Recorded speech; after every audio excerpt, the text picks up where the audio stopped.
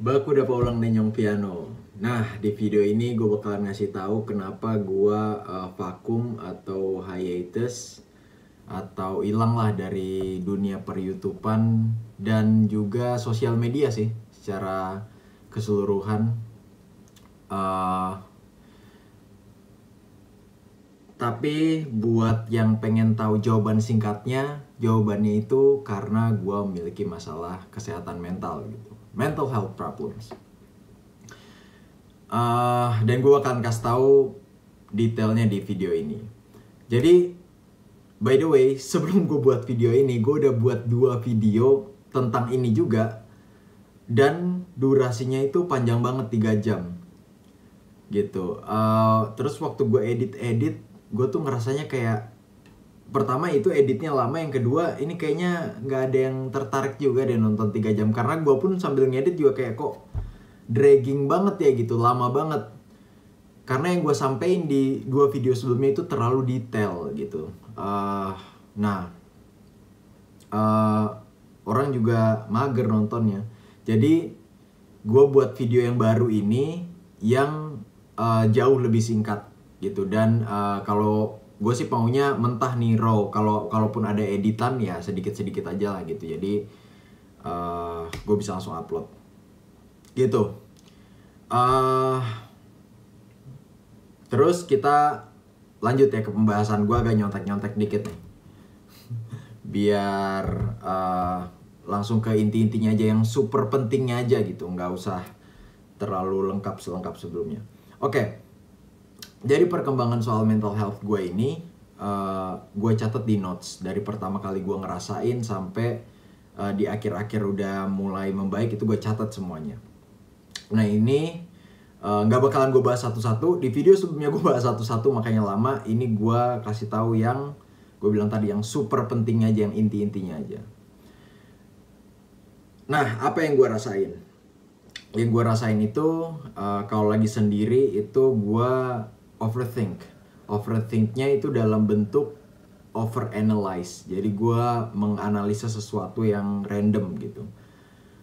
Sesuatu yang randomnya kayak apa? Kayak isu-isu sosial misalnya. Misalnya waktu itu ada berita tentang ISIS. Terus gue mikir gimana ya kalau gue dimintai pendapatnya soal ISIS gitu. Atau ya gitulah isu-isu sosial lainnya. Atau seremeh jabat tangan. Waktu itu gue diajak main mini soccer sama teman gue. Terus gue lihat ada teman gue, kita kan kalau berjabat tangan bisa beda-beda ya bentuknya. Ada yang begini, ada yang tos, ada yang begini. Nah itu gue kepikiran, kenapa ya kok ada yang fist bump ya, kok ada yang tos gini, ada yang salaman ya, apa ya bedanya gitu. Yang sebenarnya nggak penting, cuma gue pikirin dan nggak bisa gue kontrol. Itu bedanya gue sekarang dan gue pada saat kena atau terpengaruh masalah mental ini gitu. Sebelum gue kena ini gue bisa kontrol. Sesudahnya pun sekarang gue bisa merasa kontrol. Tapi pas gue kena mental health problems ini, gue gak bisa kontrol gitu. Jadi gue maunya mikirin terus. Akhirnya itu overthink, overanalyze. Kalau ketemu orang gimana? Kalau ketemu orang, pikiran gue bercabang. Jadi gue bisa ngobrol sama orang lain. Cuma sambil gue ngobrol sama orang lain, sambil gue mikirin hal-hal yang lain juga gitu. Jadi gue tuh menggambarkannya itu, pikiran gue bercabang. Jadi sambil gue nanggepin dia, sambil gue mikirin hal lain gitu. Jadi capek gitu, beban banget dan lumayan stressful gitu. Terus masalah-masalah ini akan atau nantinya itu bertambah parah.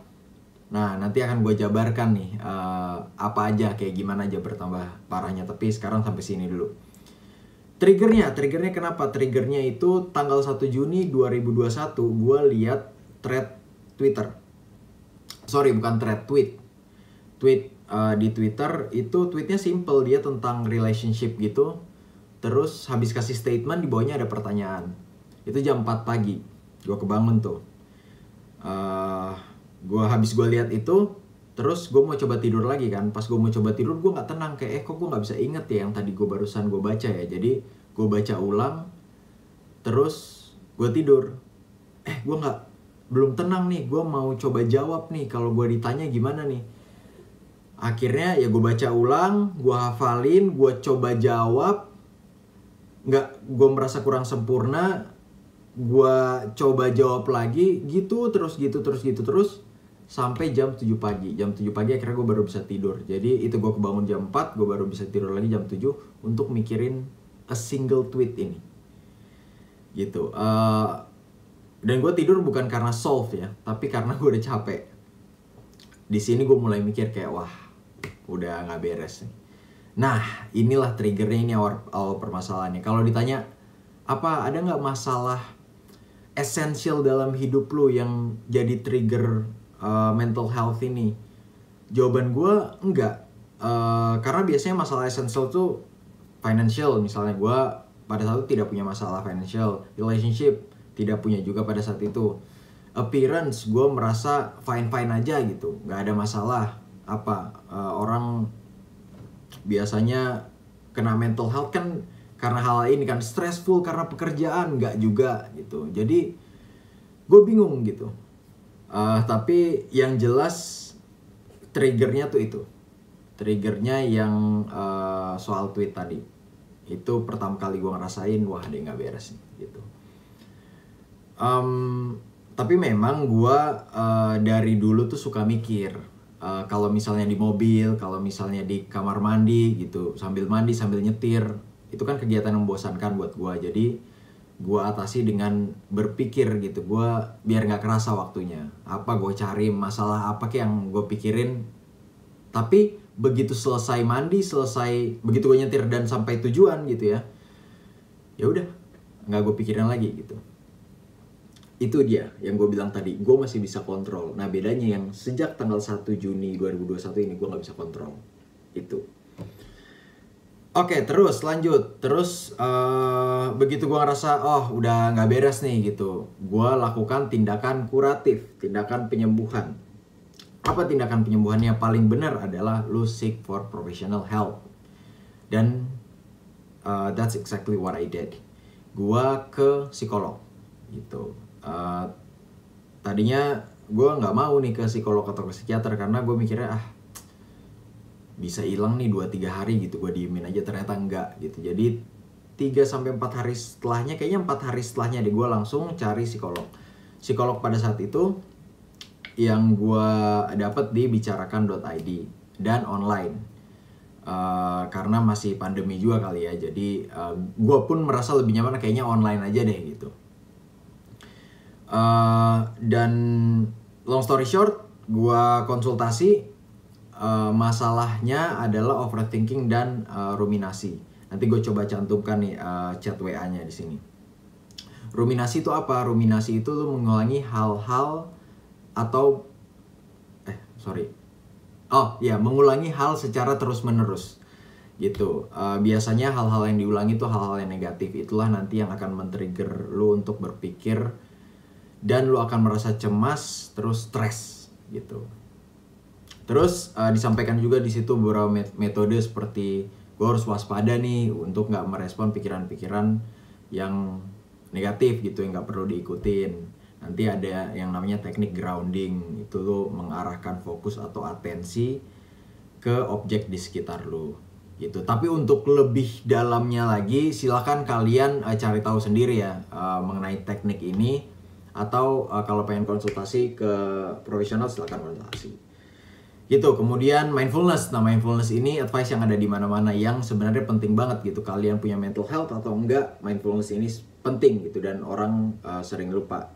Buat kalian nonton video ini, baiknya kalian belajar soal mindfulness gitu. Jadi mindfulness tuh kasarannya lu menikmati lah apa yang lu lakukan gitu. Melakukan aktivitas dengan penuh penghayatan, itu mindfulness. Bisa apa aja, baca, nonton, dengar musik, dan lain-lain. Terus ada advice juga meditasi gitu. Itu gue kira gue gak perlu jelasin lagi ya.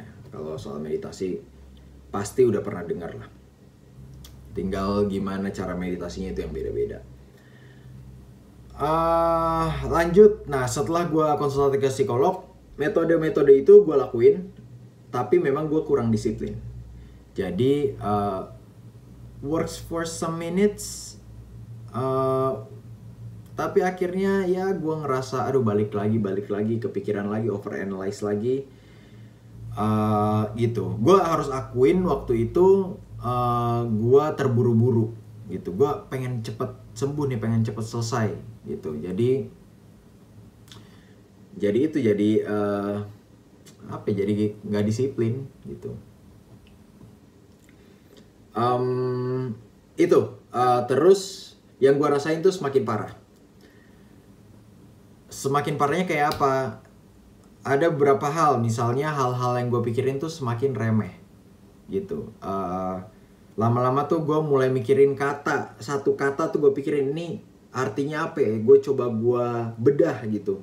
Ini kata ini artinya apa? Kalau ditanya orang yang nggak tahu tentang kata ini, let's say orang bule gitu ya, nanya ke gue harus jelasin kayak gimana gitu. Jadi katanya tuh nggak harus kata yang sulit, kata simple aja tuh bisa gue pikirin gitu. Simple, sesimpel-simpelnya apa ya, kayak contohnya kata menghargai deh misalnya, itu bisa gue pikirin tuh gimana menghargai itu, apa maksudnya dan lain-lain. Dan hampir setiap kata gue pikirin. Itu udah mulai seremeh itu. Terus soal kalimat juga gitu. Kalau gue lihat suatu kalimat rasanya pengen gue translate ke bahasa Inggris, atau sebaliknya kalimat dari bahasa Inggris mau gue translate ke bahasa Indonesia, dengan gue membayangkan ada orang yang nanyain gue gitu, ini apa sih artinya dalam bahasa Inggris, apa sih artinya dalam bahasa Indonesia gitu. Gue nggak ngerti kenapa, tapi ya pada saat itu gue nggak bisa kontrol gitu, dan gue pengen tahu gitu apa jawabannya gitu. Gitu. Terus gue sempet coba baca. Nah itu gue baca satu lembar tuh bisa 1 jam gitu, karena gue mau, begitu gue selesai baca satu kalimat, gue balik lagi, gue mau inget full sentence kalimatnya semuanya gitu, full sentence-nya mau gue inget. Itu gue baca 3 lembar 3 jam waktu itu. Dan akhirnya semenjak satu gue udah gak pernah baca lagi, karena kayak malah jadi capek gitu gue. Terus yang agak frustrating ini tetap berpikir saat tidur gitu. Jadi gue tidur pun gue merasa mikir gitu. Jadi udah gak ada waktu istirahat lagi. Tadinya waktu istirahat gue tuh cuma pas tidur doang gitu. Oh by the way, gue kalau mikir itu biasanya gue duduk terus, ya udah duduk diem kayak orang bengong tuh 2 jam 3 jam gitu. Nanti selang beberapa menit kemudian ada lagi masalah baru gitu. Jadi nonstop gue selalu kepikiran terus, analisa terus gitu. Terus gue nggak menemukan excitement lagi dari hal-hal yang buat gue excited. Tadinya gue tuh suka olahraga gitu. Gue main badminton, main bola, itu gue seneng gitu. Apalagi ya itu olahraga yang berhubungan dengan games gitu, ada poinnya gitu, kompetitif gitu kan. Ini gue main badminton gue udah nggak ada seneng-senengnya lagi gitu, nggak ada semangatnya gitu. Jadi ya udah, yang gue ingat waktu itu ya sekedar balikin bola aja udah. Karena pada saat main pun gue mikirin hal lain gitu. Jadi nggak excited lagi gue. Terus main game pun gue udah nggak bisa karena buat gue kepikiran gitu. Tapi pada akhirnya yang game ini gue paksa karena untuk untuk mengisi waktu luang gue lah gitu, untuk mengalihkan biar nggak mikir apa nih yang gue lakuin, jadi main game gitu. Cuma pada saat itu gue tetap kepikiran gitu. Misalnya gue main game Mobile Legends misalnya, gue nggak kepikiran strateginya nih, gue harus kemana, siapa yang harus gue kill dan sebagainya. Enggak, yang gue pikirin tuh ini sambil main ya, ini kalau bedanya marksman sama mage apa ya, bedanya fighter sama tank itu kalau gue ditanyain jelasinnya gimana ya, kayak gitu-gitu gitu. Yang nggak main Mobile Legends mungkin gak relate. Nah kalau kalian main, kalau kalian main pasti relate tuh. Bukan relate mikir yang nggak penting ya, tapi relate sama istilah-istilahnya tuh, fighter, marksman dan lain-lain. Lanjut. Gue semakin pasif. I don't reply to many messages gitu. Jadi ya itu banyak WhatsApp, DM Instagram, apapun itu yang gak gue bales gitu. Walaupun agak penting, tetap aja gak gue bales karena I don't feel like I have the energy buat mikir gue mau bales apa gitu. Terus, nah ini ciri-ciri orang depresi yang paling banyak dirasakan. Itu gue merasa gue sangat siap untuk meninggalkan dunia ini, gitu. Kasarannya gue siap buat mati lah, gitu. Gue memang tidak punya tendensi untuk bunuh diri, gitu. Jadi suicidal apa ya istilahnya, effort gue untuk mengakhiri hidup gue sendiri tuh nggak ada, gitu. Jadi untuk suicidal less likely, gitu, kemungkinan kecil banget. Tapi kalau ditanya gue siap nggak untuk pergi, gitu, siap nggak misalnya tiba-tiba gue nggak ada lagi, gitu. Oh, gue pada saat itu ngerasa gue sangat siap banget, gitu. Tapi lagi-lagi gue kalau untuk bunuh diri sih nggak, gitu. Gue masih pada saat itu masih cukup rasional untuk tidak mengakhiri hidup gue sendiri, gitu. Karena kalau gue sih enak-enak aja, begitu gue mati udah gue ngerasain apa-apa kan. Tapi orang-orang di sekitar gue, gitu, keluarga gue, mereka yang sedih, mereka yang repot dan lain-lain, gitu. Jadi gue cukup rasional lah untuk tidak melakukan bunuh diri atau tindakan-tindakan yang mengarah ke itu suicidal. Itu dan ada juga masalah fisik. Nah, masalah fisik yang muncul, gue mual, muntah, pengen nangis. Tapi waktu itu gue tahan tuh, masih pengen doang. Karena gue takut kalau misalnya gue beneran nangis, itu jadi masalah yang serius banget nih. Cuma setelah gue tahan, akhirnya keluar juga, gitu. Sebenarnya di titik ini sih gue mikir kayak nggak bisa nih, gue harus ke psikiater, gitu. Kalau sebelumnya psikolog, ini psikiater. Apa bedanya? Penjelasan singkatnya itu psikolog itu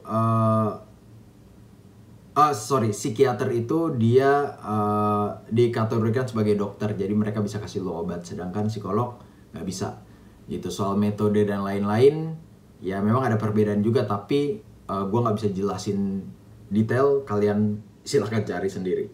Tapi beda yang paling krusialnya tuh itu, psikiater bisa ngasih obat. Masalah fisik lainnya, berat badan gue turun 9 kilo dalam 1 bulan itu. Terus ada gue ngerasain insomnia. Yang 9 kilo. Nah, lu bayangin aja nih, gue sekarang tuh segini badan gue. Nah, segini terus turun 9 kilo. Itu sekurus apa gue pada saat itu. Itu yang tadi gue bilang, insomnia. Gue nggak bisa tidur. Gue tidur tuh cuma sejam, habis itu bangun lagi udah nggak bisa tidur lagi gue, dan ya itu capek. Ini ada hubungannya sama yang tadi, karena gue tidur pun mikir, gitu. Jadi gue mungkin ya pengen buru-buru bangun, gitu. Ya serba salah sih, gue bangun mikir, tidur juga mikir, gitu. Oh, sakit di bagian ini, kepala kiri belakang, di bagian sini, seingat gue. Waktu nguap, jadi pas nguap buka mulut, buka mulut sih enggak, tapi pas nguap itu loh, ini di sini tuh sakit, gitu. Gue nggak tahu itu saraf apa yang ke-trigger, bagian otak apa yang ke-trigger, gue nggak tahu. Tapi itu yang gue rasain. Nah, yang gue sebutin tadi, akhirnya gue kepikiran untuk ke psikiater, dan gue ke psikiater, gitu. Jadi pada saat gue mengalami masalah-masalah ini, total ada 3 psikiater yang gue kunjungi. Yang pertama di TBC Matupang Siloam, yang kedua di Eka Hospital di Kota Wisata Cibubur, yang ketiga di Rumah Sakit Said Sukanto atau Rumah Sakit Polri. Itu yang pertama, gue belum dikasih obat, gitu. Gue di situ gue kasih tahu masalah gue, dikasih tahu solusi-solusinya menurut beliau, dan gue dirasa belum butuh obat, gitu. Terus ada gejalanya tidak berkurang, gitu. Sempet works 1-2 hari, mungkin berkurang sekitar 20-30%. Gue kira akan berkurang terus, ternyata di hari ketiganya balik lagi, gitu. Akhirnya gue memutuskan untuk ke psikiater yang dekat di Kota Wisata di Cibubur, dan di situ gue dikasih obat, gitu. Di situ gue dikasih obat, kemudian karena harganya lumayan pricey, gue cari psikiater yang harganya lebih ekonomis, lebih terjangkau. Dapatlah di Rumah Sakit Said Sukanto gitu, di Rumah Sakit Polri, dan di situ gue bisa pakai BPJS juga gitu. Oh iya, buat obatnya nih gue udah siapin. Here's the proof. Nih. Buat kalian-kalian yang pernah kena mental health pasti, atau sedang ya, pasti familiar dengan obat-obat ini. Abilify, Aripiprazole, ini yang paling sering. Terus ya ada lain-lainnya banyak nih, Brintelix, ada Heximer, ada TCX apa-apa gitu, gue lupa nih namanya, Cipralex, banyak lah gitu. Ini obat-obat yang gue dapat dari psikiater. Oh iya, by the way, gue mau ngasih tahu nih, obat-obat ini tuh ada efek sampingnya gitu. Dan efek sampingnya itu berbeda-beda setiap orang. Jadi yang gue tahu sih ya, obat-obat sejenis ini itu cocok-cocokan gitu. Efek samping yang gue rasain, ini obatnya beda-beda ya. Gue udah lupa obat yang mana efek sampingnya apa. Sebenarnya ada sih catatannya, cuma biar cepat aja gitu. Efek samping obat yang gue rasain tuh lemas gitu. Terus tidak punya 100% kontrol terhadap anggota tubuh. Jadi lo tuh kalau diem gini, itu tuh ada insting pengen gerakin. Gak ada tujuannya gitu, tapi pengen gerakin aja, pengen gini, pengen gini, pengen gini gitu. Terus rasanya gue tuh pengen geterin tangan sama gigi gue gitu. Jadi diem gini tuh gak nyaman. Harus gini atau nggak gini gitu. Jadi kalau di tempat umum sih gue tahan gitu, cuma kalau sendiri walaupun gue tahan tuh kadang-kadang keluar ya, kadang-kadang gue gini, kadang-kadang gue gini sendiri. Hipersomnia, sempet hipersomnia itu lo tidur, kalau insomnia lo nggak bisa tidur nih, lo tidur kelamaan. Gue sempet tidur tuh waktu itu 13 jam gitu dalam sehari. Terus gue ngerasa sempet kayak demam gitu, kayak meriang, tapi nggak demam gitu. Gue nggak ngerti jelasinnya gimana, tapi itu yang gue rasain tuh gitu. Karena ini gue tuh beberapa kali insomnia, jadi hipersomnia iya, tapi di beberapa kali tuh gue ngerasa itu nggak bisa tidur gitu. Tapi nanti balik lagi hipersomnia lagi gitu. Jadi jam tidur gue nggak normal itu. Dan biasanya efek obat ini tuh terjadi di awal gitu, lama-lama tuh tubuh lu menyesuaikan, dan itu yang terjadi di gue juga. Nah ini, gue tuh merasa gue pede nih, wah bisa cepet sembuh nih pakai obat gitu. Di bayangan gue tuh ada syaraf otak yang korslet, dikasih obat tuh sembuh gitu. Ya mungkin benar, cuma nggak semudah itu gitu, prosesnya nggak secepat itu. Itu sih. Itu soal obat-obatan. Nah, selain bantuan-bantuan dari obat-obatan, lo perlu juga, itu kan bantuan eksternal ya, lo perlu juga bantuan dari internal, dari dalam diri lo gitu, seperti keinginan untuk sembuh. Itu akan mempercepat proses kesembuhan buat kalian-kalian yang sedang menderita atau memiliki masalah kesehatan mental gitu. Terus selain itu ada nggak hal-hal yang bantu gue pulih selain obat ya? Ada gitu. Kalau ditanya jawabannya ada apa nggak, ada. Misalnya orang-orang di sekitar gue gitu. Gue cukup beruntung karena gue dapet support dari beberapa orang di sekitar gue gitu. Ada yang ada nggak yang memperparah gitu? Ada sebenarnya, yang ngeremehin gitu, yang kayak itu lu mah nggak perlu, ngapain lu ke psikiater dan lain-lain gitu, lu mah belum butuh obat dan lain-lain. Ada yang remehin, tapi gue nggak mau fokus ke situ gitu. Gue mau fokus ke yang ngasih energi positif ke gue aja, dan mudah-mudahan kalian juga bisa gitu. Biarin aja lah yang remehin tuh, ya biarin aja gitu, fokus ke energi positifnya aja. Itu orang-orang di sekitar gue itu, misalnya teman-teman itu beberapa ada yang kasih support moral yang beberapa kali buat gue terharu gitu. Dan yang lain juga ada yang nemenin gue hadir gitu secara presence dengan main kartu. Nah ini menarik nih, ini gue bisa bilang main kartu ini terapi gue yang paling efektif karena gue suka main kartu gitu. Dan gue tuh nggak bisa nongkrong yang ngobrol gitu. Ya seperti yang gue jelasin di awal, bisa aja gue ngobrol tapi nanti pikiran gue bercabang gitu, akhirnya gue jadi capek gitu. Atau enggak, misalnya kita ngomongin A nih, terus pindah, kalau ngobrol kan topiknya shifting dia. Jadi habis ngobrolin ini, nanti pindah ngobrolin ini, pindah ngobrolin ini. Jadi habis ngobrolin tentang A, pindah ke B, gue masih mikirin A. Udah pindah ke C, gue masih mikirin A, B. Jadi banyak yang gue pikirin gitu. Jadi ya itu beban gitu buat pikiran gue. Tapi kalau main kartu ya udah lu fokus ke kartunya aja gitu. Begitu permainan selesai, ya di reset lagi gitu, ronde baru lagi gitu. Dan gue bersyukur punya teman-teman yang suka main kartu gitu. Jadi buat mereka ya selain apa, buat gue dapet temen gitu. Buat mereka tuh tidak punya beban untuk nemenin gue karena ya kesenangan mereka juga di kartu itu gitu. Itu, dan gue juga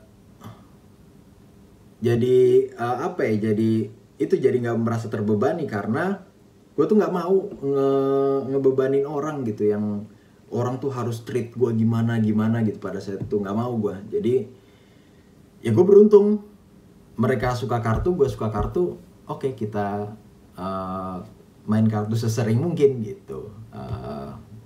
Banyaklah permainan yang kita mainin pada saat itu. Capsa, ada kartu domino, tapi mostly poker gitu.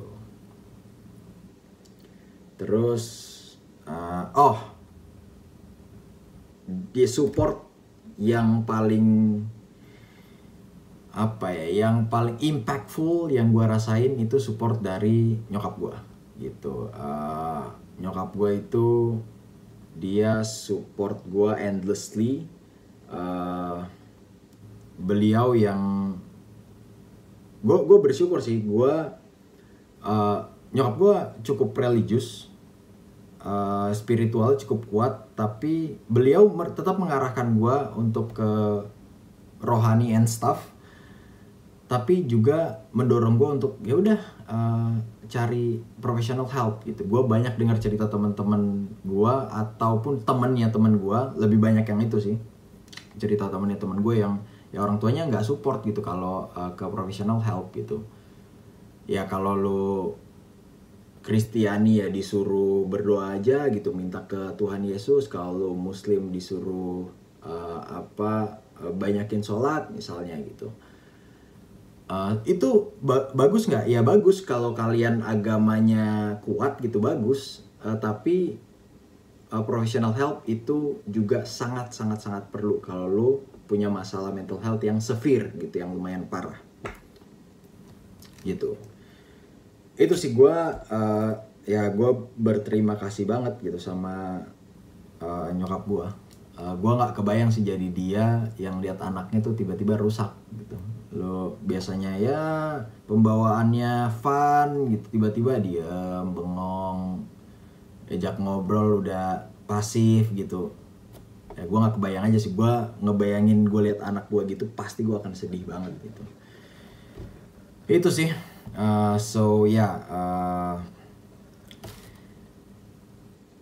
Kesembuhan gue ini gue dedikasikan salah satunya buat nyokap gue gitu. I could say that I love her so much. Oke, get sentimental, kita langsung lanjut. Kondisi sekarang gimana? Nah, kondisi sekarang gue bisa bilang di titik ini gue udah 96%, 97% membaik gitu. Dan yang perlu digarisbawahi adalah prosesnya itu lama. Jadi ya gue tadinya mikir ya itu bakalan cepet gitu, minum obat cepet gitu. Enggak, ternyata gue tuh recover sampai di titik ini tuh berarti sudah hampir 2 tahun. gitu. Dan gue sudah bisa melakukan aktivitas-aktivitas yang sebelumnya gue lakukan. Misalnya itu tadi olahraga, dan gue udah mulai merasakan bukan udah mulai sih, udah mulai kan kesana masih gimana gitu ya. Gue benar-benar merasakan udah kembali gitu. Gue olahraga udah mulai semangat lagi gitu, atau aktivitas-aktivitas kayak main game misalnya udah gitu, gue baca udah gitu, nonton udah bisa gitu, udah nggak kepikiran gitu. Ada nggak yang buat gue kepikiran? Sekali-sekali ada gitu, cuma bedanya frekuensinya tidak sering, satu. Yang kedua, kalau dulu gue mikir 2-3 jam, kalau ini ya 5 detik paling lama 10 detik terus ya udahlah gitu. Jadi gue sudah bisa mengendalikan gitu. Udah balik lah ke gue yang sebelumnya. Yang gue yang ini gue juga nggak ngerti nih kenapa sekarang. Makanya gue bisa gimana ya, sekarang tuh gue bisa kayak mikir kayak aneh banget gue sebelumnya gitu, bisa ketawa-tawa, tapi pada saat itu memang nggak bisa dikontrol gitu. Itu bedanya orang yang sedang dalam tanda kutip sakit gitu, sama yang normal. Kita bisa, itu sih yang gue rasain, yang normal kita bisa kontrol, kita bisa kendaliin. Yang punya masalah kesehatan mental biasanya mereka nggak bisa kendaliin, even if they want to. Itu walaupun mereka mau kendaliin susah, bahkan cenderung nggak bisa. Kemudian yang terakhir, nah cuma 30 menitan, 31 menit, beda banget sama yang sebelumnya 3 jam. Saran gue yang terakhir nih, saran gue jangan self-diagnose. Karena kalau self-diagnose itu kalian nanti sugesti jadinya gitu. Misalnya kalian, kayaknya gue depresi deh. Terus mulai cari-cari tentang depresi. Oh iya gue nih. Padahal belum tentu gitu. Jadi ya lu akhirnya larut dalam perasaan itu gitu ya. Lu pikir depresi, lu mengiyakan ciri-ciri depresi. Akhirnya yang tadinya enggak malah jadi iya gitu. Jadi janganlah self-diagnose. Kalau memang kalian merasa punya masalah dan pengen konsultasi, ya konsultasi aja gitu ke psikolog dulu lah paling enggak gitu. Selalu seek for professional help. Nggak harus mahal kok gitu. Yang affordable aja gitu untuk di awal-awal. Nah ini kapan harus seek for professional help gitu? Kapan nih kalau kalian kapan kalian harus itu minta advice atau menjalankan pengobatan, apa ya istilahnya, ya gitulah pokoknya. Kapan nih harus ke profesional? Menurut gue ketika aktivitas-aktivitas yang kalian lakukan udah mulai terganggu, dan terganggunya itu parah. Kalau terganggunya sedikit-sedikit mungkin masih bisa kalian atasi gitu. Tapi kalau terganggunya udah lumayan, kalian udah gak produktif gitu, udah sampai udah yang biasanya 100% full, ini produktivitasnya tinggal 50% gitu, udah mulai mengganggu aktivitas sehari-hari lah gitu. Itu saatnya seek for professional help, dan saran gue jangan ditunda gitu. Tapi memang harus dipastikan juga kalian siap gitu. Cuma kalau memang sudah siap, jangan ditunda-tunda. Dan buat kalian-kalian yang sedang mengalami atau yang belum mengalami, pada saat nanti, mudah-mudahan sih enggak ya, amit-amit, tapi misalnya kalian nanti mengalami, saran gue adalah sabar. Gitu, sabar. Hampir semua case itu prosesnya memang lama gitu. Tapi kalau lo ikutin guidance-nya, pedoman-pedomannya, you're making progress gitu. Progresnya tuh yang gue rasain aja tuh, progresnya tuh pelan banget gitu. Di 2-3 bulan pertama tuh kayak mana nih gak ada progresnya gitu. Tapi ya itunya sebenarnya gak usah dirasain gitu. Tapi nanti kesananya itu akan ada progres walaupun pelan gitu. Ya itu, jangan ngerasa stres sendiri, aduh kok gini-gini aja nih gitu. Gue pun awalnya gitu, cuma akhirnya gue kayak ya udahlah ikutin aja gitu. Nah dari situ tuh mulai akan ada progres pelan. Jadi sabar, progresnya tuh pelan tapi ada kok progresnya gitu. Itu aja sih. Dan pastinya bakalan ada detail-detail yang gue miss karena video ini nggak selengkap yang gue buat sebelumnya, yang gue ceritain di awal tadi tuh yang 3 jam. Tapi ini udah mencakup tentang sebagian besar yang gue rasain pada saat itu kok gitu. Jadi this should be enough gitu, more than enough. Nah kalau ada pertanyaan silakan, gue akan dengan senang hati menjawab. Komen aja di kolom komentar di bawah. Apalagi udah habis, itu aja. See you on the next video. PG ya.